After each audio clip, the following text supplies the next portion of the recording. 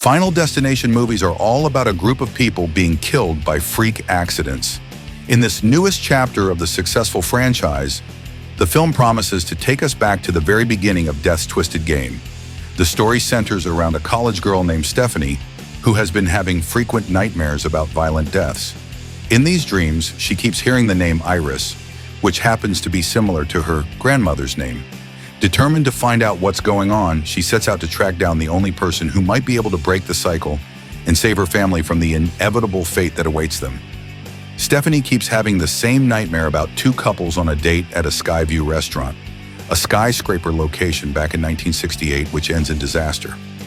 One of the strongest and most consistent elements of this franchise is the unknown force that causes a chain reaction, like dominoes falling, leading to gruesome and bizarre accidents.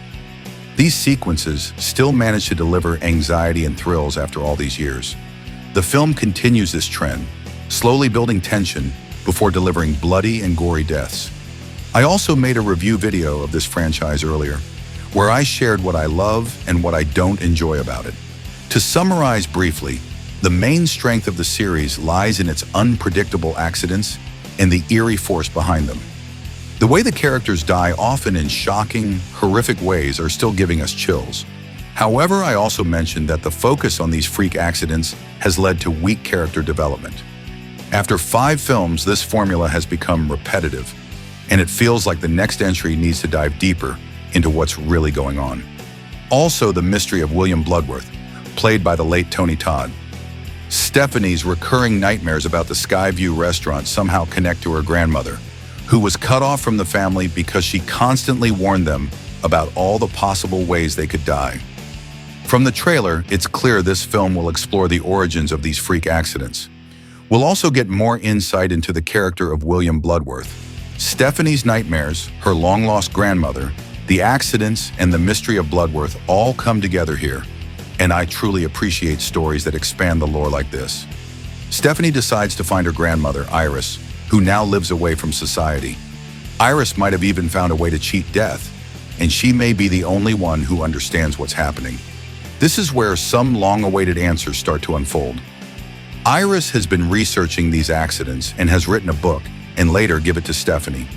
Through this book, Stefanie begins to understand how the domino effects work and how events are set in motion. But the question remains, can she really stop death? We're introduced to the Campbell family, descendants of Iris Campbell, Stefanie's grandmother. I won't go into detail about all of them, as the film does that for you. Stefanie's mother left her and her brother, and Stefanie herself left her family when she went off to college. The family is not on speaking terms, mainly because of the visions and the strange accidents. Iris's warnings made her overly protective, which pushed the family away. No one in the family believed her stories about death and accidents. There are also a few lighthearted or darkly comedic moments. For example, Stefanie waking up screaming in her math class after a nightmare, and the teacher saying, "Vector multiplication is scary, but not that scary." These moments don't ruin the overall horror and tension of the film. One standout character is Eric, Stefanie's cousin. He starts off as a non-believer, even testing death despite Stefanie's warnings, which keeps the audience on edge. But his transformation into a believer is enjoyable and well done. He starts out as a jerk, but somehow you can't help but like him. Tony Todd's final appearance in the franchise also delivers a powerful impact. His final speech was reportedly unscripted, and it feels authentic and moving, almost like a life lesson. The actor passed away in November 2024 at the age of 69, and his final message in the film serves as a perfect and heartfelt send-off.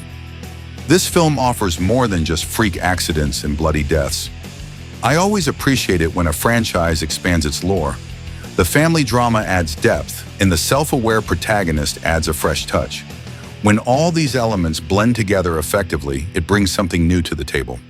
Final Destination: Bloodlines is an enjoyable ride overall, and for me, it stands as one of the best entries in the series.